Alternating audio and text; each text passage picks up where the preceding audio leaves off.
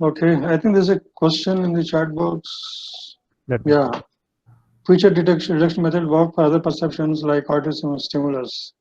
It should. Very good question. I'm not sure if somebody has done it. Yeah, it makes sense. I mean, you take a complex sound and gradually reduce it.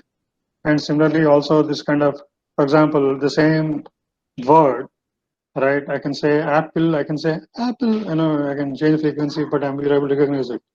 So it must be showing you all these invariances with respect to frequency, timbre, and so on. Right? I mean, same raga, whether I play it on a veena or a violin, people are able to recognize. Not me, but an expert plays. So yeah, I'm sure all this must be true, but I don't know if anybody has done this study. It's a good question. Okay. Any other? Sir, I have Yeah, go ahead. Sir, so how are these responses collected from a single neuron? How are these responses? Like recorded? You showed that. Yeah. So I think I showed some schematics in the last class. They actually expose the brain, right? They make a hole in the skull, right? And then expose that cortical area and poke an electrode into the neurons there. This is a very delicate experiment, very nice. You need to have excellent surgical skills to do this experiment. In humans, you don't do it. Humans, it will usually depend upon, you depend on fMRI and those kinds of imaging techniques. Okay, thank you. Right, but with animals, you can use microelectrodes and poke neurons in the cortex. Yes. So, in fact, sometimes what happens is they have this kind of a whole, I forgot the name for it. There's a little, the whole electrode set, which is kind of permanently kind of pasted on the skull. So, whenever you want to do the experiment, you just put your electrodes and the wires inside to that little, package. You don't have to open the skull again afresh every time. So the animals will be walking around, running around with that thing sitting on their head, like some kind of plug point. Okay, so yeah, so it's a very interesting One experiment. more question. Like you mentioned that language is stored in only one hemisphere of the brain, that Yeah. it is lateral. So how was this studied? Like Yeah, so earliest experiments come from the studies of a guy, French neurologist called Paul Broca. So this guy has found some people who are not able to utter even single sentences. They understand what you're saying. I mean, they can show some proof that they are able to understand. But suppose you ask for some directions, they'll show something is in the direction. But if they can't speak, and there's no problem with vocal apparatus per se, they can utter single words and things like that. So what they found after their death is in postmortem that they have damage to one part called Broca's area, which is located typically in the left hemisphere in the frontal lobe. So like that again, a lot of experiments have shown that, and now you can show imaging. You can perform imaging studies and find that when the person is speaking, this particular area, Broca's area, will be active. And that is typically in the left brain in most people. There's some statistics, some small percentage it's on the right side, and there's some correlation with left-handedness, and this presence of Broca's area on the right side, but it's not always true. There's some statistics. I don't remember the numbers right now. But one thing is, although the language production skill, that is speech production skill, is on the left hemisphere, there is a corresponding property represented in the corresponding area on the right hemisphere. So if you look at the exact mirror image location of Broca's area in the right hemisphere, damage to that part will give you problems in what is called the emotional content of speech. Right. That is when these people speak, it will be a completely flat kind of speech. There is no emotion in it. It's like a robot talking.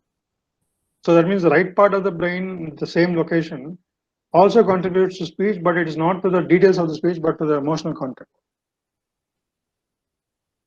okay. So, but one thing is true, up to a point, if you look at the sensory side, that is input side, see, for me, the big, very gross thumb rule is the posterior brain is about input and the anterior brain is about output. The posterior anterior are distinguished by this big landmark, And there's a vertical line, cutting the brain into left, front, and back. This is called the central sulcus.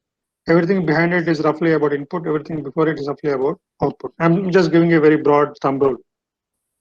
Now, in the posterior brain, when you talk about representations, up to a point, things are bilateral and contralateral. That is, left parts are processed by the right brain and right parts are processed by the left brain. This is some kind of a contralaterality.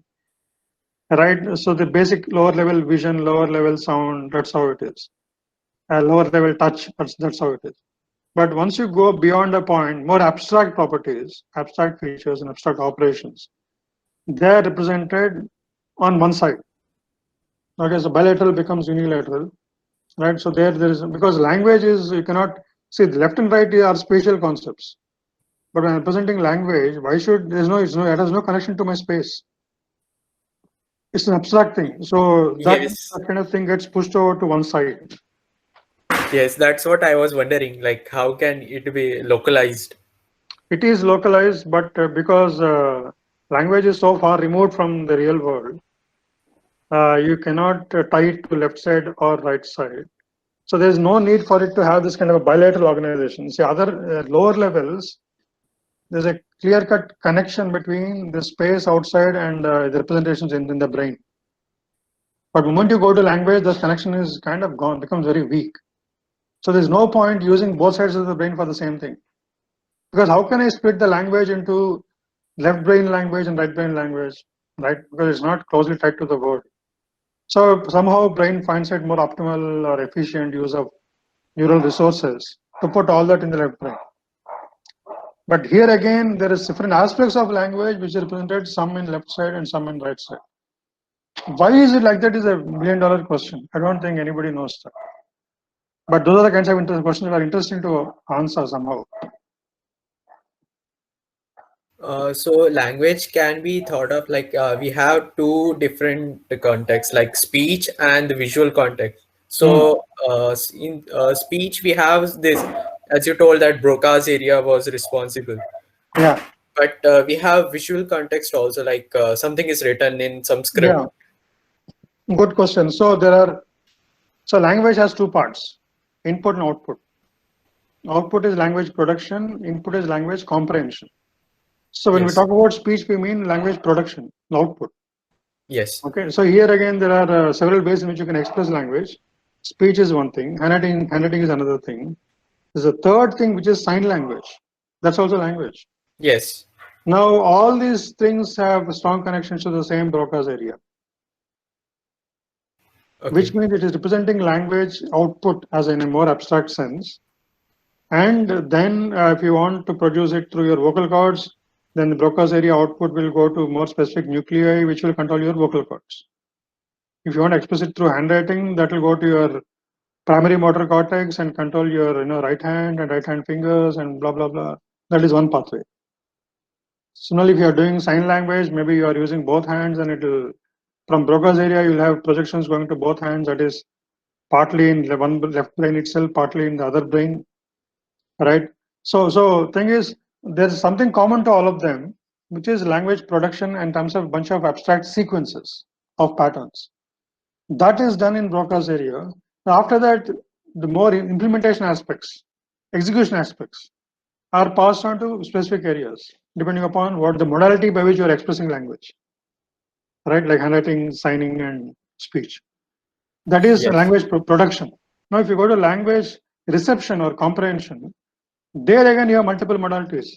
I could be listening to somebody saying something and I understand what that guy is saying. That is through the auditory form, auditory modality. Or I could be reading something and understanding, that is through visual modality, right? Or I could, if I'm a visually impaired person, I can feel the letters printed using some kind of a braille representation. And that is through somatosensory modality. But in all of them, I am understanding language.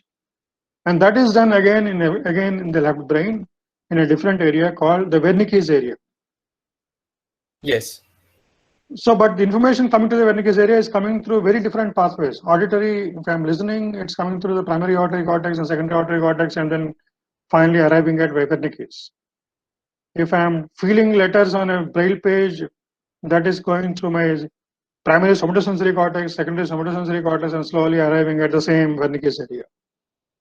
Right? If I'm reading something, again, it's going to visual system, primary, secondary, and complex visual objects, and then again arriving at same Wernicke's area.